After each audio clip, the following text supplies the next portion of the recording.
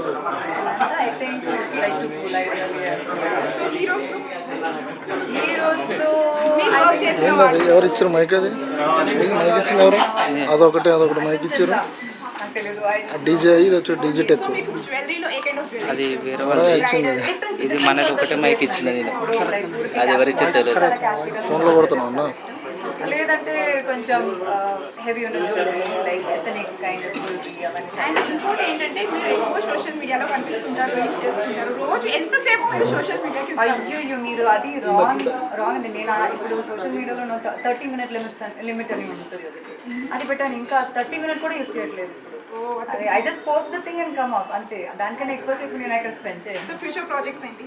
Future immediate release dragon film release ఉంది తమిళ్లో. Release in Telugu and ఇంకోటి ఏంటంటే మ్యూజిక్ ఆల్బమ్ చాలా బాగుంది. రీసెంట్ గా మీరు షూట్ చేసింది it was like very nice. And Anupama గారు డిఫరెంట్ జానర్స్ చేస్తున్నారు. సో ఇప్పుడు ఏ జానర్ మూవీస్ చూడొచ్చు మిమ్మల్ని?